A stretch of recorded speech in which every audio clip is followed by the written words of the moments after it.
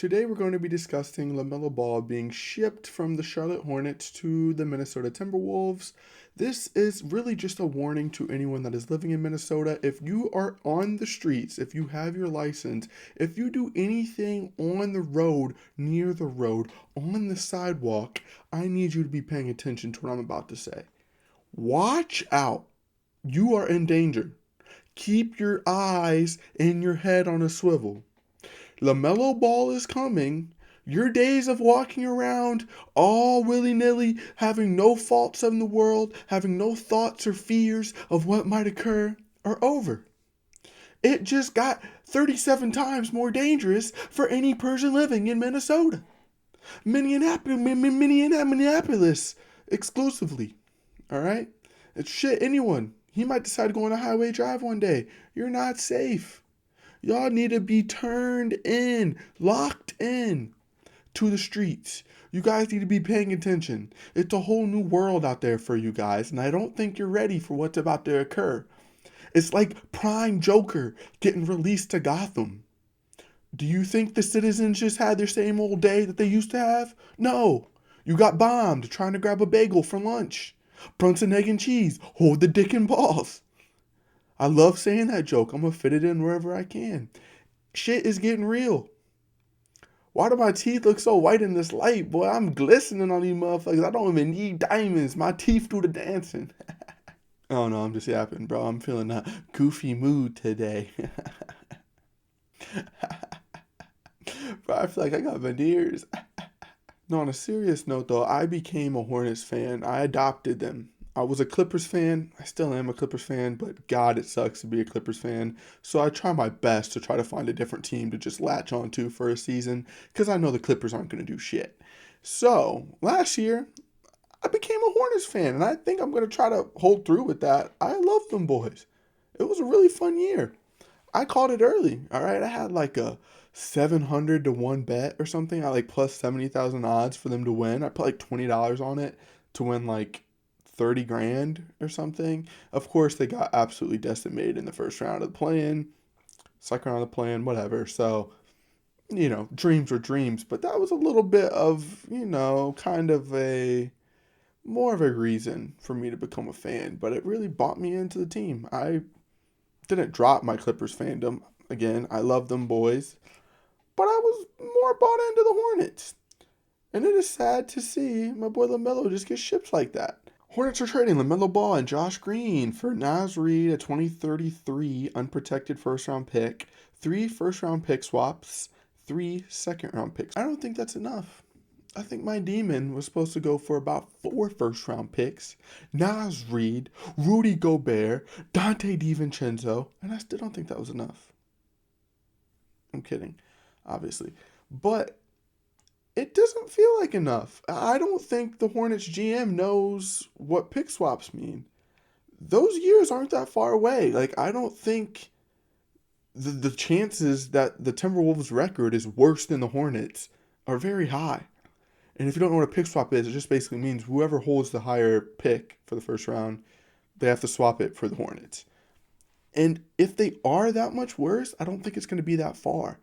Like maybe it's 20th moved up to 17th, something like that. Like I don't really envision a world where the Hornets are just shitting on the league and their first round pick is so much worse and the Timberwolves just fall off a cliff in the next couple years and their team is horrible and they're drafting in like the lottery or something. So I just don't think you guys got enough. You traded for Naz Reid and an 8th grader. And mind you, Naz Reid just signed a pretty hefty contract. So it's not like he's some cheap deal that you're getting. You're getting some type of steal. He signed to a girthy contract. So it's not I don't see the vision. I love Nas. I think he's a great player. He's a stretch forward, can play center a little bit, but I don't really think that's his true role. I think he should be a power forward. I don't like it. I don't like it for the Hornets. I can kind of see it. I'll play a little devil's advocate with myself. Let me try to tap into the vision that they were going for.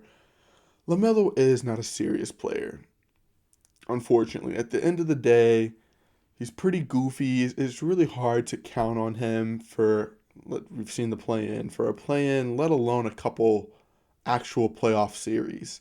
Like, is he going to be consistent through 3 consecutive playoff series? Is it 4? 4 to win you a finals? Probably not. So I think that's probably where the GM was thinking, we got to get off this dude while we can. Along with the fact that his health has always just been a roller coaster. The dude rolls his ankle every 3 seconds, and it's not really his fault, but that's something that you have to play into the trade. Is this guy going to be healthy in 4 years? Is this guy going to be healthy in 3 years? Is this guy going to be able to keep it up at this level with these ankles that he continues to roll? And that's a valuable question. I think that's why Luka got traded, because the GM was like, this dude's a fat ass, and I don't think he's going to be able to stay skinny and in good enough shape to be a good player that we can count on when it gets to the playoffs. Again, not saying that's right, but that's kind of the angle they were probably going for. And in the NBA, second round picks are pretty much nothing about 97% of the time. You get lucky with a couple decent little singles, maybe a double every once in a while. Pull out a Nikola Jokic or Giannis on a very, very, very, very lucky day. But hey, I mean, at least now you have 3 shots at it. You never know. The thing about Nas is, and honestly the entire Hornets roster, from Con Knipple to Grant Williams to Moussa Diabate, I don't know if he's even still on the team, I'm going to be honest. I love that guy. They all rely on Lamelo's ball creation, on like getting down the lane, getting kickouts, running around the 3-point line. His gravity is what made the Hornets so successful at the end of last year.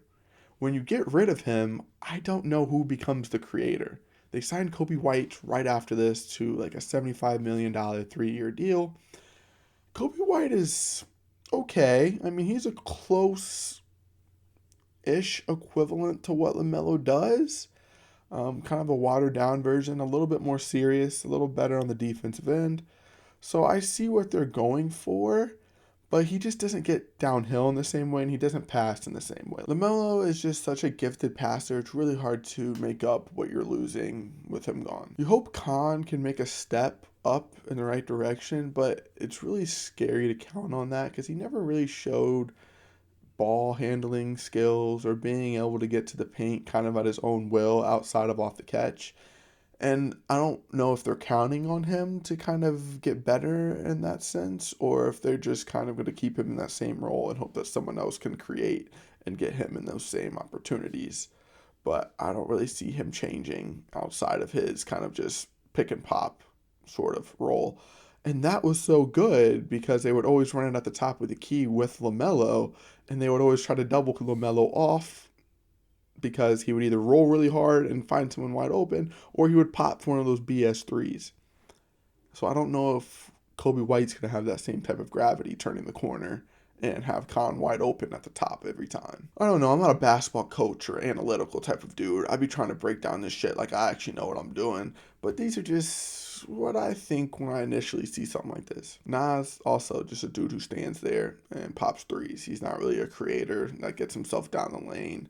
Maybe he will now with some more opportunity. Who knows? Timberwolves, I don't know how this works. Ant Lamelo, I mean, good luck. I saw someone say it's like a watered down Donovan Mitchell and James Harden. I can see that kind of as the same thing. I feel like you get a lot of empty stats, a lot of high scoring, but when it really comes down to the end of the game or when it comes down to the playoffs, I don't really see it working. Kind of the same consistency issues I talked about earlier with Lamelo. I just don't think they keep it up and stay level-headed through 4 consecutive series. I don't see it, but you never know. Surprises happen. Lamelo was starting to mature, I felt like, at the end of this season. I feel like he was starting to kind of take that leap of becoming a professional player. But who knows, I hope for the best because I love this Timberwolves team. This is going to be so fun. Like, skip all the bullshit, whatever I'm talking about, analytics, whatever. This isn't ESPN. This shit is going to be so fun. Like, this is going to be the funniest team the league has ever seen. Can you imagine LaMelo and Ant going back and forth? I saw this edit earlier. I'm posting it. Look at this edit. Way up, I feel blessed. Ah!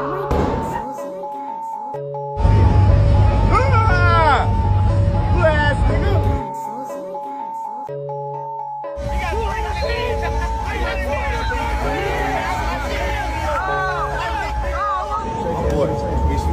I say one thing? You ain't get your CDs? Trying to do your shit. CD stain right here? Nuts.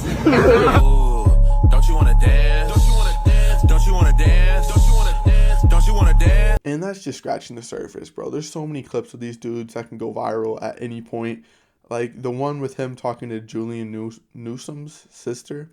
Hilarious. Can you follow me back on Instagram? Yeah, I don't run it. Huh? I don't run it. You don't? So from what you told me, you don't run your IG account. Is that true?